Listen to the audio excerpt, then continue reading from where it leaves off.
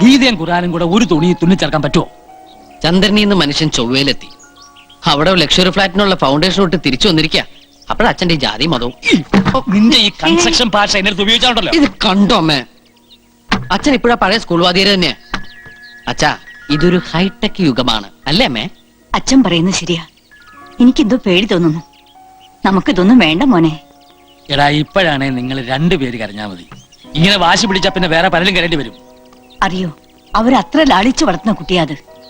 എന്റെ മോൻ നാട്ടുകാരുടെ തല്ലുകൊണ്ട് അകാലചരമം പ്രാപിക്കാതിരിക്കാൻ ഒറ്റ വഴിയേ ഉള്ളൂ. എന്താ എന്താ എന്താ എന്താ എന്താന്ന് പറയുന്നത്? ഇതിന്ന് പിന്തിരിയ. പക്ഷേ ഇനി പിന്തിരിയാൻ പറ്റുമെന്ന് തോന്നണില്ല. എന്തുകൊണ്ട്? മനസ്സുകൊണ്ട് അത്രയ്ക്കും ഇഷ്ടപ്പെട്ടു പോയി. എടാ, മനസ്സ് നിന്റെയല്ലേ, നിനക്ക് നിയന്ത്രിച്ചൂടെ? മനസ്സ് എന്റേതാണെങ്കിലും ഞാൻ പറയുന്നത് അതേപടി അനുസരിക്കാൻ അതെന്റെ ശമ്പളക്കാരനൊന്നല്ലോ. ശമ്പളക്കാരനൊന്നല്ലോ. ആണോ? അത് അല്ല പിന്നെ.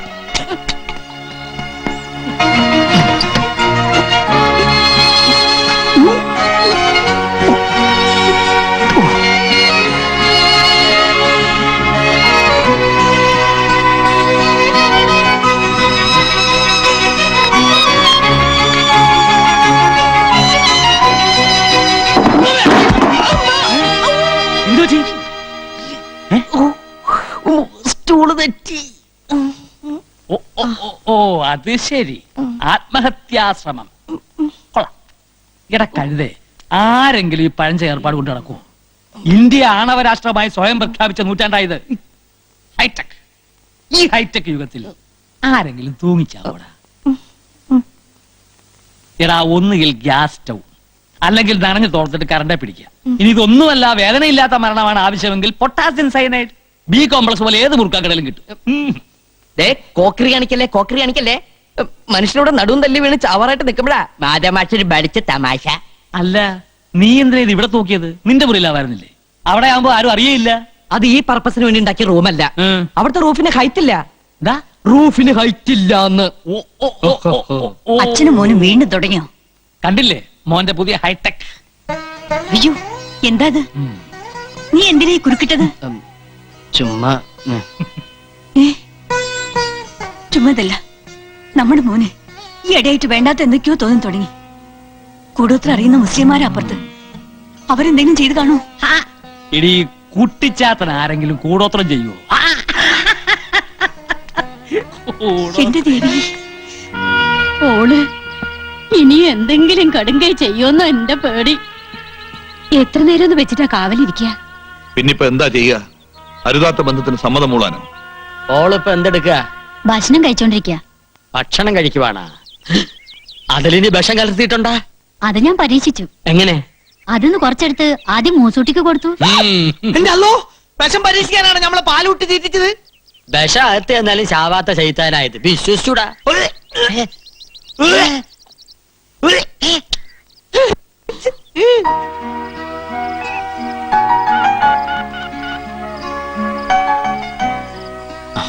ഹലോ, അവിടെ സ്ഥിതിഗതികൾ എങ്ങനെയുണ്ട്?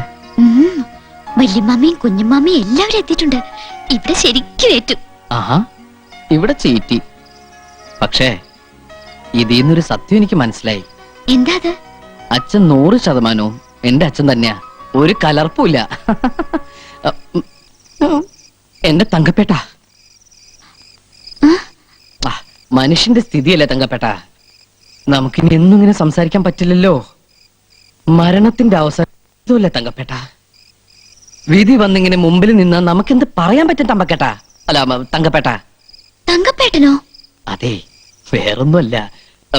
എന്റെ തങ്കപ്പേട്ട, ഒരു പക്ഷേ നമ്മൾ തമ്മിലുള്ള ഒരു അവസാന ഫോൺ വിളിയായിരിക്കും ഇത്. ആത്മഹത്യ ചെയ്യാൻ ആരുടെ ഔദാര്യമൊന്നും നമുക്ക് ആവശ്യമില്ല തങ്കപ്പേട്ട. ഉണ്ടോ തങ്കപ്പേട്ട? എന്താ തങ്കപ്പേട്ട? എന്താ ജസ്റ്റ് എ മിനിറ്റ്. എന്താ ഇത്? Kannan care of Madhav Nair. അയ്യേ, ഇതെന്റെ അഡ്രസ് അല്ലേ? അതെ. എന്തിനത്? എടാ, മനുഷ്യന്റെ കാര്യമല്ലേ. ആത്മഹത്യ സംഭവിക്കുന്നത് വഴി വെച്ചെങ്ങാനുമാണെങ്കിൽ ഡെഡ് ബോഡി കൃത്യമായി വീട്ടിലെത്തണമല്ലോ. എപ്പോഴും പോക്കറ്റ് വെച്ചോ. തങ്കപ്പേട്ട സംസാരിച്ചോ.